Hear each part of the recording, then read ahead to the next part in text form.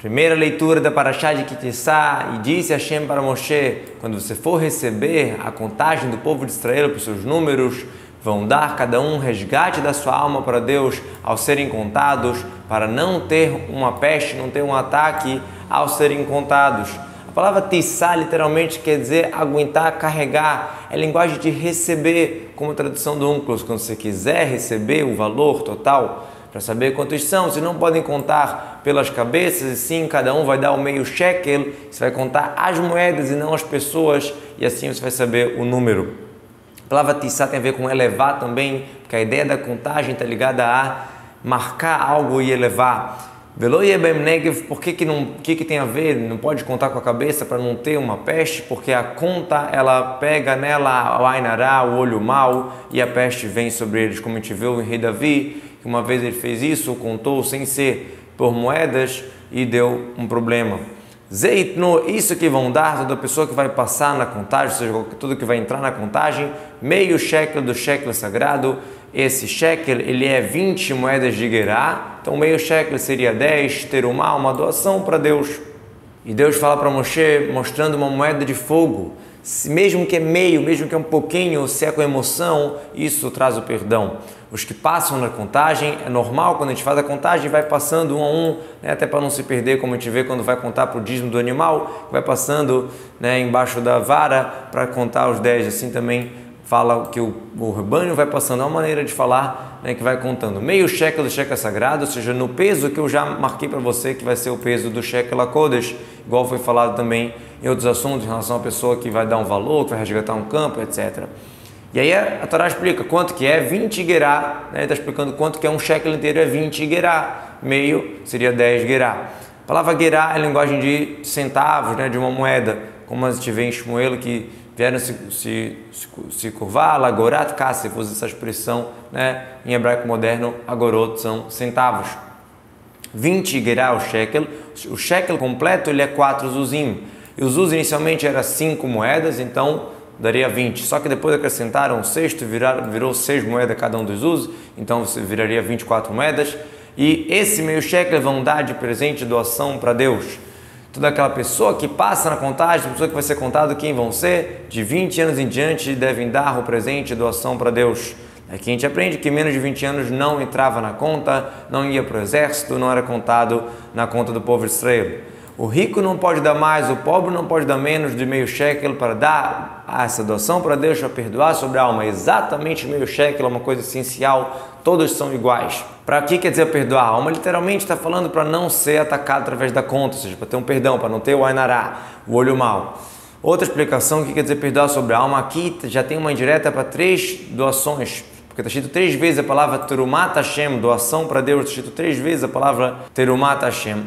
Está se tratando sobre a terumá usada para as sapatas que foram construídas no tabernáculo, onde apoiavam as vigas, que contou ali na doação do Mishkan, cada um deu meio shekel e dá exatamente 100 kikar que foi usado, como fala na construção da Torá, que a prata que foi pecudê da contagem do povo 100 kikar. Então desse dinheiro foi as sapatas, que está escrito exatamente na Parashá de Pekudei, fala que foi usado 100 kikar para as sapatas. E a segunda doação também é feita na contagem, que foi quando o Mishkan foi construído, depois que já foi montado, que é a contagem que fala no Rumash de Bamidbar, Bechad Lachodesh Hasheni, no mês de Iyar, no primeiro dia do mês, no segundo ano, cada um deu meio shekel, que era para comprar sacrifícios do público. Os korbanot que eram feitos todo dia no tabernáculo, futuramente no Mishkan, era desse dinheiro que todo mundo dava meio shekel uma vez por ano. Isso era igual pobres e ricos. E sobre essa trumá a gente fala perdoar sobre as almas, porque os korbanot são para um perdão. E a terceira trumá, que aqui está escrito 3 vezes doação para Deus, é a doação geral para o tabernáculo, ouro, prata e tecidos, etc. Isso aqui já não era igual, cada um dava de acordo com o que seu coração queria doar. Diz Hashem para Moshe, você vai pegar esse dinheiro do perdão, esse dinheiro do povo de Israel, você vai colocar sobre o trabalho do Hel Moed, e vai ser para o povo de Israel Zikaron, uma lembrança para te Deus, para perdoar sobre a alma. Vai colocar no trabalho, o que quer dizer daqui a gente aprende que eles foram ordenados a contá-los no início da doação do Mishkan, depois do pecado do bezerro de ouro, que teve um problema, teve um ataque, como está escrito que Deus atacou o povo, morreram várias pessoas por causa do pecado, então o Hashem foi lá e mandou contar um exemplo de um rebanho que era muito querido do seu dono, que caiu a peste e morreu algumas pessoas. Quando passou a peste, o dono fala para o pastor: olha, por favor, conta o meu rebanho, eu quero saber quantas sobraram, mostrando o quanto que é carinho. A mesma coisa Hashem, está querendo contar quantos que sobraram do povo de Israel. E não dá para falar que essa conta é a mesma conta que está falando lá no Rumash de Bamidbar, porque lá está escrito no primeiro dia do segundo mês. E o Mishkan foi montado no primeiro dia do primeiro mês, no mês de Nissan, como está escrito Be'om HaChodesh Rishon, no primeiro mês, Be'echad LaChodesh, no primeiro dia do mês. Então, dessa contagem inicial que foi feita ainda para montar o tabernáculo, ou seja, no início dessa foi feita as sapatas, que era uma contagem para ver quantas sobraram após o bezerro de ouro, como um rebanho querido. Desses shekalim, dessas moedas, foi feito, como está escrito, que da prata, de Kikar, foi feita as sapatas. Então, teve duas. Uma no início da doação, depois de Yom Kippur, depois do pecado do bezerro de ouro no primeiro ano, e outra no segundo ano, no mês de Iyar, depois já que foi montado o Mishkan, que era para sacrifícios. Agora a pergunta muito estranha, que nas duas contagens a gente vê que tinha o mesmo número do povo de Israel, 603.550, não é possível que passou um ano e a mesma contagem? É muito estranho, 603.550. Não é possível que não tinha pessoas que estavam com 19 anos na primeira contagem, fizeram aniversário e agora só contava a partir dos 20, então deveria entrar mais pessoas. Com certeza teve uma mudança, pode ter pessoas que faleceram. Não é possível que dê o mesmo número exato, 603.550. A resposta é que realmente, na questão dos anos das pessoas, era num ano só. Mas para a contagem da saída do Egito era em 2 anos, porque o marco ele é a partir de Nissan, como está explicado no Maser Rosh Hashanah. Então, o Mishkan foi construído no primeiro ano e foi montado no segundo, porque quando passa o Nissan é chamado de segundo ano. Não passou um ano inteiro, Passou, na verdade, do mês de Adar para Nissan. Começou o novo ano, mas passou um mês. Então, os anos da pessoa continuam contando pela data normal, pela data de Tishrei, quer dizer, talvez já até não está escrito claramente aqui, mas dá a entender que nem contava pelo aniversário da pessoa, contava pelo Tishrei. Então a gente vê aqui, as duas contagens foram no mesmo ano em relação à idade das pessoas. A primeira foi em Tishrei, depois de Yom Kippur, que Hashem se apaziguou, o povo de Israel quis perdoar e foi ordenado construir o Mishkan. E a segunda foi no primeiro dia de Iyar, mas no mesmo ano, vamos chamar assim, no mesmo ano da Torá. A gente está no ano de 5.784, no mesmo ano, e isso era o que interessava em relação à idade naquela contagem. Por o trabalho do Ohel Moed, ou seja, as sapatas que foram feitas para fazer o tabernáculo. Disse Hashem para Moshe, o último utensílio que ainda não foi falado, era o primeiro a ser usado no início do trabalho, que era para a purificação das mãos ao chegar no templo. Você vai fazer um kior, uma pia para lavar a mão de nechoshet, de cobre, e sua base de cobre para lavar. Você vai colocar ele entre o Ohel Moed, entre a tenda e entre o Mizbeach. Você vai colocar lá água. Tinha um pátio, tinha um Mizbeach, o altar grande ficava do lado de fora, tinha a construção e entre uma coisa e outra tinha lá o kior. O que é o kior? Explico para a gente, como uma grande bacia com várias torneiras que jogam águas nas suas bocas, com a sua base, Vechanô, como a tradução traduz, BCC, sua base, onde fica o apoio da grande recipiente de água. Para lavar, está falando do kior, não é que a base era feita para lavar, o kior era feito para lavar. E entre o Mizbeach do sacrifício, o Mizbeach que fica de fora, que está escrito nele, que ficava perante a porta do Ohel Moed. Então o kior era puxado um pouquinho e ficava no ar, no espaço entre o Mizbeach e o Mishkan, mas não interrompendo entre eles, ou seja, no espaço equivalente, mas não entre os dois, era puxado um pouquinho para o lado. Porque está escrito o Mizbeach, Allah colocou na porta do Ohel Moed, ou seja, o altar era perante a construção, perante a tenda, e não o kior perante a tenda. Como pode ser? Porque era puxado um pouquinho para o sul, assim está explicado na Masechet Zvachim. Então ficava ali no espaço entre o altar e a tenda, mais puxado para o sul. E vão lavar Aharon e seus filhos dele, suas mãos e seus pés, de uma vez só. A gente está acostumado a Netilat Yadayim, os Kohanim fazendo Netilat Yadayim Veraglaim, mãos e pés, de uma vez só. Colocava a mão no pé, colocava a mão no pé e lavava. Assim, a gente estuda na Gemara como que era a santificação, a lavagem da mão e dos pés. Colocava a mão direita sobre o seu pé direito, a mão esquerda sobre o pé esquerdo e santificava e lavava, purificando. Quando era lavado as suas mãos e seus pés, ao chegarem para o Ohel Moed, seja ao entrar no tabernáculo, no Beit HaMikdash, tinha que lavar a mão e não vão morrer. Ou ao se aproximarem para o Mizbeach para servir, para oferecer alguma oferenda para o fogo para Deus, também tinha que lavar as mãos. Ou seja, de manhã, para fazer de manhã o Ketoret, ou de tarde, ou para jogar do sangue do Cohen HaMashiach, ou qualquer coisa feita, e não vão morrer. Ou seja, se não lavarem, vão morrer. Na Torá a gente sempre entende como uma regra. Quando fala, faça isso, senão vai acontecer aquilo, então você entende que se não fizer, do não você entende o sim, do sim você entende o não também. Para o Mizbeach externo, ou seja, mesmo que você não vai precisar nem entrar no Ohel Moed, só vai fazer um sacrifício no pátio, que é onde ficava o Mizbeach grande, tem que lavar a mão. Por isso que ele fala antes, o Rashi ele coloca aqui antes pra gente, que quando eles chegarem por Ohel Moed, ou seja, para fazer o Ketoret de manhã ou de tarde, ou quando tinha alguns sacrifícios que tinha que jogar o sangue ali dentro, então tinha que entrar na tenda, mas mesmo se não precisasse entrar, mesmo se fosse o Begistam la Mizbeach, se precisasse ir para o altar que ficava do lado de fora, também tinha que lavar a mão, ou seja, era necessário para qualquer serviço começar lavando a mão e os pés. E vão lavar seus pés e suas mãos e não vão morrer. Isso vai ser uma regra eterna para ele e para sua descendência, para todas as gerações. Por que fala de novo Veloemut e não vão morrer? Já falou antes, que é pena de morte. Se não fizer isso, vem obrigar, falar que é pena de morte para aquela pessoa que ela serve no altar e não está lavando a mão. Porque a primeira não dá a entender somente se a pessoa entrou no Ihal, na parte, na construção do templo ou na tenda do Mishkan, porque não está claro sobre fora. Aqui está falando sobre morte, até se a pessoa fizer algum sacrifício sem lavar a mão, mesmo que sem entrar na construção ou na tenda. Disse Hashem para Moshe, para dizer para o povo, e você pega para você especiarias importantes, mordrora, mirra, 500, e a canela que tem aromática, que tem cheiro metade, 250, e o cano aromático também, 250. Bessamim rosh, cabeça, ou seja, importantes. A canela de cheiro, já que a canela é uma casca de madeira, tem vezes que ela é boa, tem cheiro bom e gosto, e tem aquela que só é como uma madeira que não tem sabor nem cheiro. Por isso fala que, olha, pega daquela que é boa, aquela que tem cheiro. Metade do seu 250, ou seja, metade do que você vai trazer é 250. Sinal que o total é 500. Igual como a gente falou no mordror, que era 500, na mirra. Então por que fala da metade? É um decreto da Torá que tinha que trazer em duas metades de 250, exatamente para aumentar aquela quantidade a mais que a gente bota no peso, porque não dá para calcular exatamente. Então iam pesar duas vezes 250, duas vezes a Haraot, duas vezes iam colocar um pouco a mais para ter certeza que passou dos 250, assim diz a Gemara. E também a cana cheirosa, Kane Shebosim, Kne Besim. Essa é a explicação, porque tem algumas que não são cheirosas, tem que falar que é aquela que é realmente cheirosa. 250, o total do peso, quer dizer, desse aqui é realmente 250, não é metade.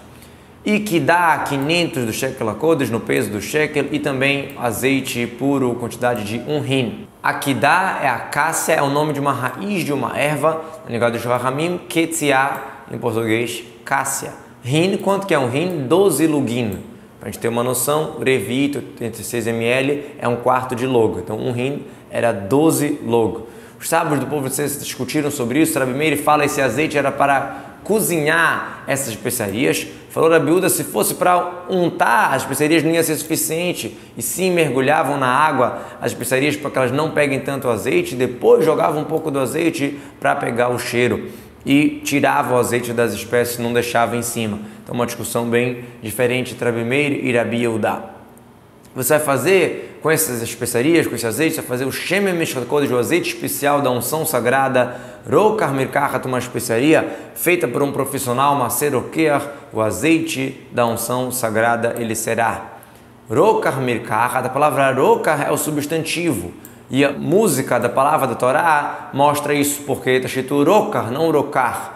Igual Rekar, rega, um momento, não é Rogayam, que acalma o mar, que aí seria o verbo. Rega é o momento, ou Rokar Haaretz, que a música, a sílaba tônica fica no final, embaixo. Tudo que é misturado no seu próximo, seja na outra coisa, até que um pega de um gosto ou cheiro, é chamado de mirkachat, quer dizer, uma especiaria, igual um doce, por exemplo, é chamado também de mirkachat, porque dá o sabor do açúcar na comida, da comida no açúcar, assim por diante. A mesma coisa aqui, tem as especiarias, tem o azeite, um dá o cheiro no outro, então é chamado de mirkachat. Rokar é o substantivo da própria coisa, dessa mistura que é feita através de profissionalismo e mistura. Maser Roker, feito pelo um roker. Roker é o profissional que faz essa especiaria. Você vai ungir com ele o Ohel Moed e o Aron Edut, a Arca do Testemunho. Todas as unções eram como um Kaf, como a gente falou, um Nun ou um Kaf, fora da dos reis, quando era para ungir o rei, coroar um rei, que era como uma coroa em volta da cabeça dele. E a mesa e seus utensílios, a menorá e seus utensílios, e o Mizbeach, a Ketoret, o Mizbeach interno, e o Mizbeach Aolá, o Mizbeach do sacrifício, que é o grande de fora, com todos os seus utensílios, e o Quior com a sua base, onde lavava a mão. Tudo isso você tinha que ungir. Você vai santificar eles, vão ser Kodesh Kodashim, sagrados, todo aquele que toca neles vai se santificar. Ou seja, com essa unção você está santificando para aquilo ficar totalmente sagrado. Qual é a santificação? Isso que quando toca, santifica, ou seja, algo que é apropriado para os utensílios do Beit HaMikdash, no momento que entrou, santificou uma santificação do próprio corpo, ou seja, já está sagrado a ponto de ficar passul se acontecer algum problema, tipo sair do templo ou passar a noite, ou alguma pessoa que mergulhou no mikve, mas ainda não passou o seu dia, sua purificação completa, não pode ser resgatada para virar comum. Tocou nos utensílios sagrados do Mishkan, já não tem mais como resgatar. Agora, aquilo que não era apropriado não santifica, quer dizer, aquilo que a priori já não estava propício para ser ofertado, então não santifica mesmo tocando nos utensílios. Isso tem uma Mishnah inteira falando sobre isso em relação ao Mizbeach, a gente estudou isso nas parashot passadas. No Mizbeach fala, todo aquele que toca no Mizbeach vai santificar. Será que tanto faz se é algo apropriado ou não? Logo depois fala, kvassim, as ovelhinhas, ou seja, só o que é apropriado. Se tiver algum animal que ele é impróprio por si, porque ele já foi idolatrado ou alguma coisa assim antes de chegar no templo, então não santifica tocando no Mizbeach. Toda a unção do Mishkan, dos Kohanim e dos reis, a linguagem do Uncus traduz como linguagem de engrandecer, porque todo o motivo de ungir é para engrandecer, que Deus, o rei, decidiu que assim vai ser a sua inauguração. Já as outras Meshirot, que é untar, passar o azeite no biscoito, coisa assim, como Rekekin, Meshuchin, ou em outros versículos, então a linguagem em aramaico é a mesma tradução do hebraico, ou seja, que é a ideia de passar o azeite, mas não tem essa questão de gdulá, de grandeza. E Aharon e os seus filhos você vai ungir, vai santificar eles para servirem para mim. Para todas as gerações, daqui nossos ramim aprenderam a falar que ele está totalmente existente para o futuro, ou seja, esse azeite ainda está guardado para a chegada de Mashiach, ainda vai se revelar. Ze, a Gematra de Ze é 12, 7 é o Zain, Rei é 5, 7 mais 5, 12, porque era 12 lugin, como a gente falou, 12 lugin de azeite.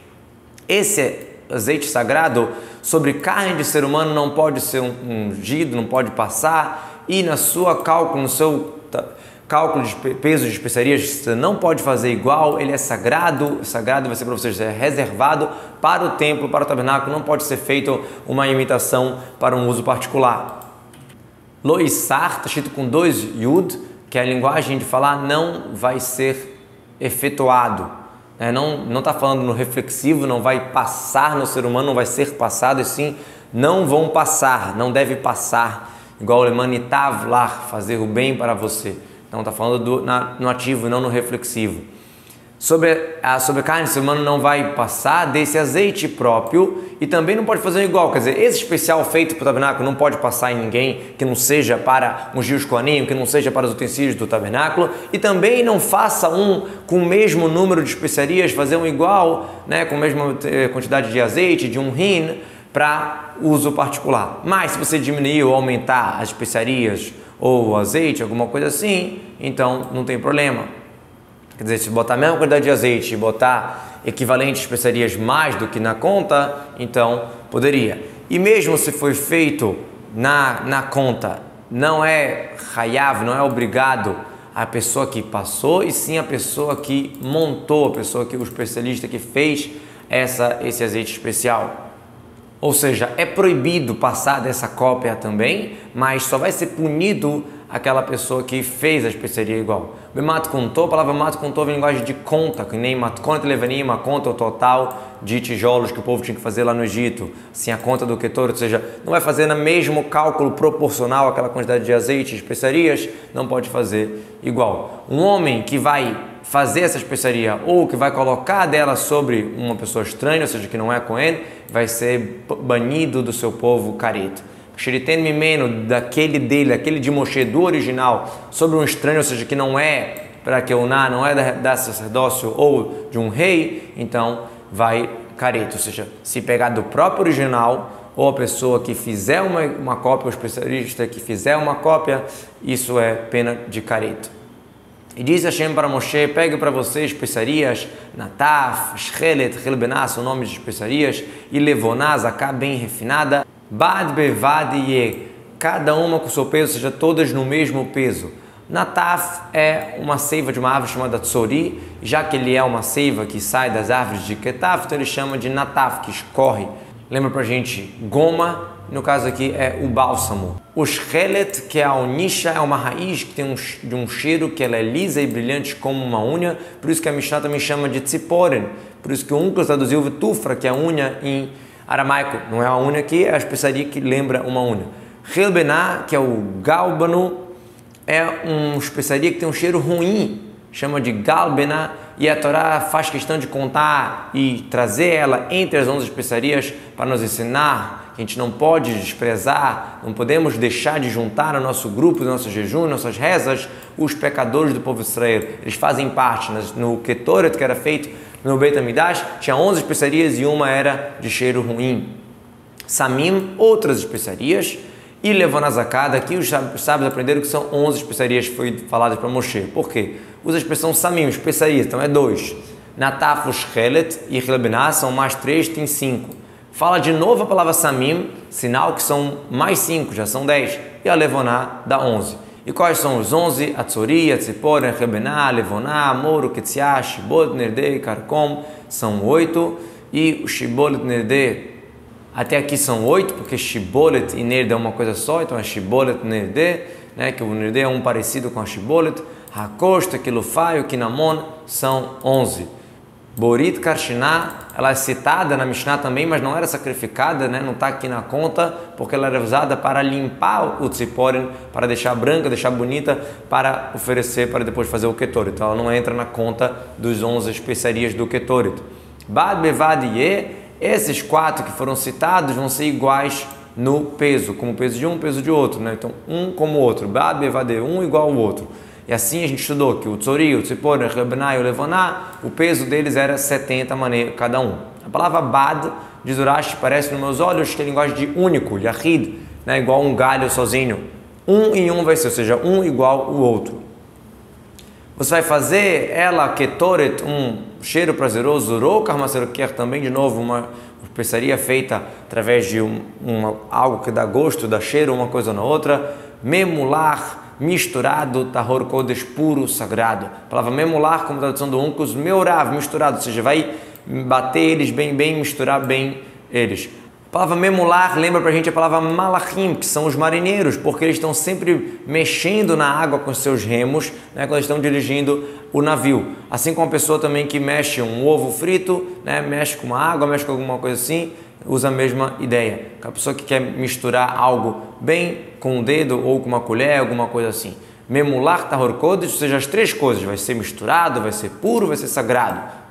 As 3 coisas separadamente. Você vai moer dela bem fino, você vai colocar dela desse incenso, dessa especiaria perante o testemunho do Ohel Moed, que eu vou marcar para vocês para se encontrar lá. Kodesh Kadashim, sagrado dos sagrados vai ser para vocês. Ou seja, desse Ketoret, todo dia você vai colocar no Mizbeach interno, que é no Ohel Moed, que é dentro da tenda, que eu vou fixar lá, todo o momento de falar com vocês, eu fixo ali como local. E o incenso que vocês vão fazer, na mesmo cálculo, não pode fazer para vocês por uso próprio, é sagrado para Deus reservado. Ou seja, mesmo número de especiarias, sagrado para Hashem, ou seja, é especial para fazer só para mim, reservado não fazer para outros motivos. Um homem que vai fazer igual para cheirar para si, então ele vai ser banido do seu povo.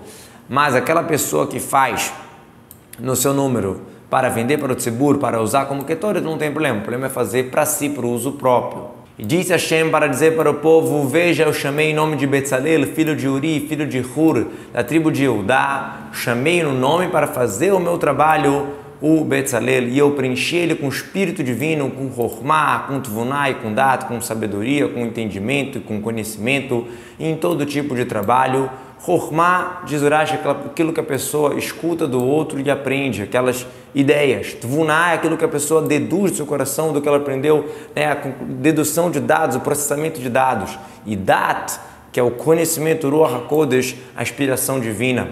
Para pensar, calcular coisas muito profissionais, muito difíceis, para fazer no ouro, na prata e no cobre, Marshavot. Por exemplo, tecer, Maser Roshev, aquele tecido que a gente falou, que era feito de duas maneiras diferentes. Tecia o pano, formava um pano que ficava duas imagens diferentes dos dois lados. No profissionalismo na pedra para preencher e no profissionalismo da madeira fazer todo tipo de trabalho. Baharosh tem linguagem de profissão, que nem Harash Raham, Harash Etzim. O Onkelos explicou, mudou um pouquinho o sentido de cada um. Ele falou aquela pessoa que mexe com a pedra é chamada de profissional, Aman, e quem mexe na madeira é chamado de carpinteiro, de Nagar.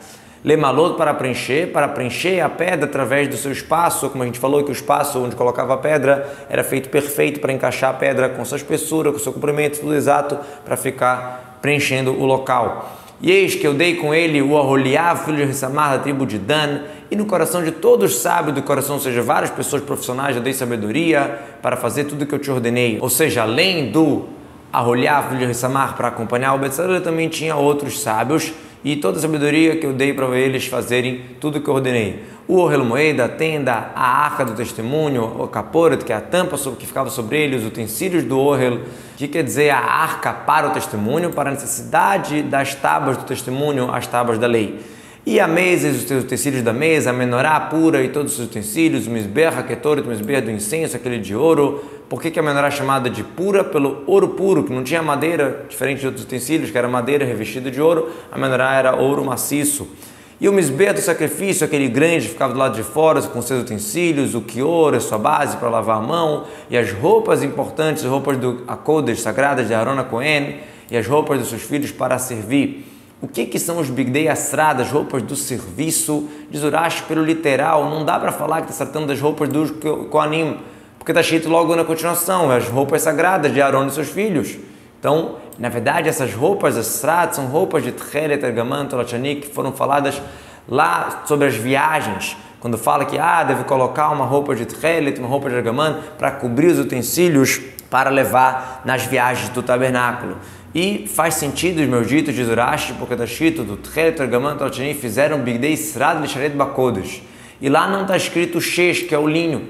E nas roupas dos Kohanim não tinha uma roupa que não tinha linho. Então, essas que não tinham linho eram tecidos para cobrir os utensílios na hora de levar. A palavra Srat, tem gente que explica a linguagem de serviço e trabalho, como a tradução do Onkelos, Levush, Shim, Shumusha, roupas de serviço, e não tem um passuco parecido com ele na Torá, essa expressão Srad. Diz Urash, que combina com a linguagem aramaica, que eles eram tecidos costurados com agulha, ou seja, furado como uma rede. Talvez seria a palavra Serad, lembrando para a gente a palavra Sradim, do Mirbar, daquela rede que tinha em volta do altar. E o azeite da unção e o Ketoret Samim, o incenso das especiarias para o sagrado, tudo como eu te ordenei farão. O Ketoret Samim Lakodesh, que quer dizer para o sagrado, para a necessidade de sacrificar no Eichal, que é a sala sagrada.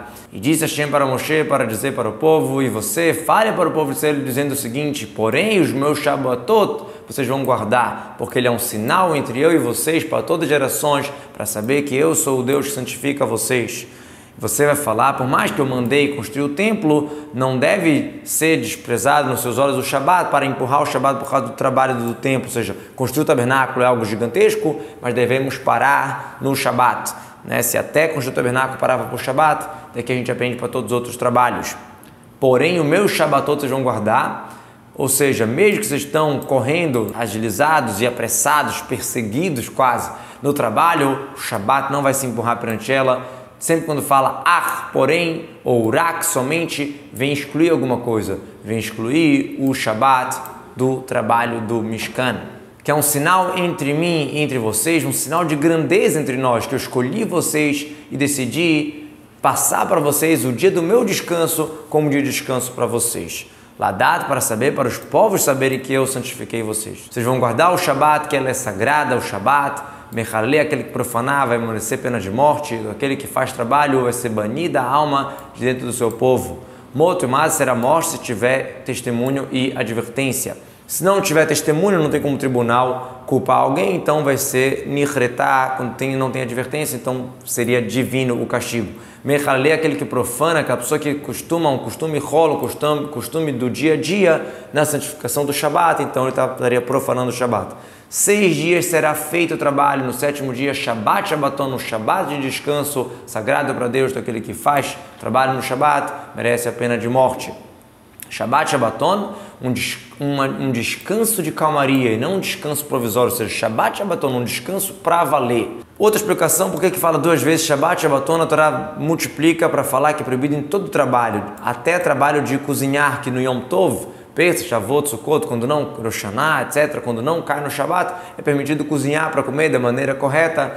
No Shabat, não. Shabat, Shabbaton, nem isso pode. Você também Yom Kippur está escrito a mesma expressão, Shabat, Shabbaton, porque é proibido também todo tipo de trabalho. Mas Yom Tov está escrito Shabbaton, descanso, ou Yom HaShmini, Shabbaton, ou seja, é proibido todo o trabalho, mas é permitido fazer comida, por exemplo, da maneira correta. Kodesh Lashem, sagrado para Deus, ou seja, isso você vai guardar, a santidade do Shabat tem que ser por Deus, pensando em Deus, pensando na mitzvah de Deus. E vão guardar o povo de ser do Shabat para fazer o Shabat para todas as gerações, um pacto eterno. Entre mim e entre os filhos de Israel é um sinal para sempre que 6 dias Deus fez sobre a terra e no 7º dia ele cessou, parou de trabalhar e descansou. Vai na faixa com a tradução do Onkelos e Nach descansou. A palavra Nofesh, que é descansar, tem a ver com Nefesh, com alma, porque a pessoa ela devolve a sua alma, a sua respiração, se acalma do trabalho. Espiritualmente, o Shabat, Hashem deixou de construir o mundo e voltou para si. E nós também no Shabat devemos voltar para a nossa essência. Então, vai na faixa, que é de descansar, tem a ver com Nefesh, com a nossa alma, com a nossa essência.